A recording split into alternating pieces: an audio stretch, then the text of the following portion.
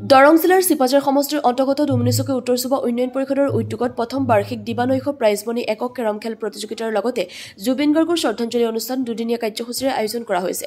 শনিবাৰে গধূলি প্ৰাইজমণিৰ একক কেৰম খেল প্ৰতিযোগিতা অনুষ্ঠিত হোৱাৰ পূৰ্বে অসমীয়াৰ হিয়াৰ আমঠু শিল্পী জুবিন গাৰ্গৰ শ্ৰদ্ধাঞ্জলি অনুষ্ঠানত উপস্থিত থাকে সমাজকৰ্মী হানিফ ফাৰুক, জাকিৰ হুছেইন প্ৰমুখ্যে অঞ্চলটোৰ গণ্যমান্য ব্যক্তি।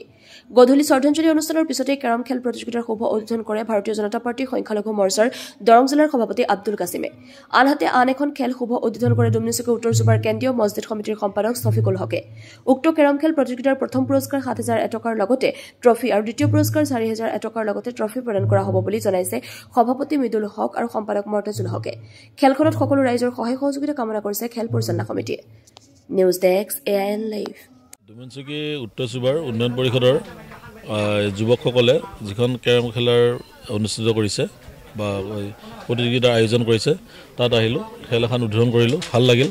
আচলতে এনেকৈ যুৱকবিলাকে এনেকুৱা ছমাহৰ মূৰে হওক, এবছৰৰ মূৰত হওক বা 2 মাহ 3 মাহৰ মূৰে এনেকুৱা ধৰণৰ অনুষ্ঠান বা এই প্ৰতিযোগিতা অনুষ্ঠিত কৰিব লাগে। তেতিয়াহ'লে আজিকালি এই ল'ৰাবিলাক বিশেষকৈ মোবাইলত এনেকুৱা ধৰণৰ আবদ্ধ হৈ গৈছে, মানে মোবাইলত বিভিন্ন গেম খেলি হওক, ভিডিঅ' চাই হওক, যেনেকৈ আবদ্ধ হৈ গৈছে।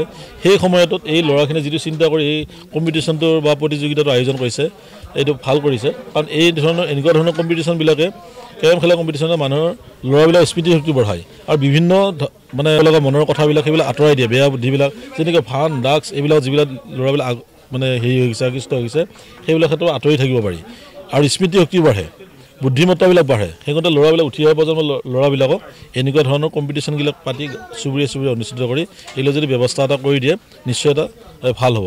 এইটো যুৱকখিনিৰ কাৰণে এইটো ক্ষেত্ৰত মই ধন্যবাদ জ্ঞাপন কৰিছোঁ। এওঁলোকক এনেকৈ অনুষ্ঠিত কৰোঁ, ভৱিষ্যতে আমিও আকৌ আহিম, এওঁলোকে বিচাৰি আকৌ আহিম, নিশ্চয় বিভিন্ন ধৰণৰ আমি সহায় কৰিবৰ কাৰণে চেষ্টা কৰিম। ধন্যবাদ। দ্ৰুত ইণ্টাৰনেট, দ্ৰুত সংযোগ এতিয়া এমনেট ফাইবাৰ ফাষ্টৰ সৈতে। বাফাৰ নহয়, স্পীড উৰণ। নয়ন ইনফৰটেকৰ এমনেট ব্ৰডবেণ্ড ব্যৱহাৰ কৰক। 3 মাহৰ ফ্ৰী ইনষ্টলেশ্যন পোৱা যায় মাত্ৰ 342ৰ পৰা। অসমৰ প্ৰতিটো ঘৰত দ্ৰুত ইণ্টাৰনেট এমনেট ফাইবাৰ ফাষ্ট আপোনাৰ লগত। অনলাইন কাম, খেল আৰু বিনোদন একে ইণ্টাৰনেটত সম্ভৱ। আপোনাৰ স্পীড আপোনাৰ পচন্দ 30 Mbps-ৰ পৰা 155 Mbps-লৈ। এতিয়া ধীৰ ইণ্টাৰনেটক বিদায় দি ফাইবাৰ ফাষ্ট লৈ আহক অসমত প্ৰথম দ্ৰুততম ইণ্টাৰনেট সেৱা MS নয়ন ইনফৰটেকৰ পৰা। নতুন যুগৰ নতুন স্পীড ফাইবাৰ ফাষ্ট ইণ্টাৰনেট ঘৰলৈ।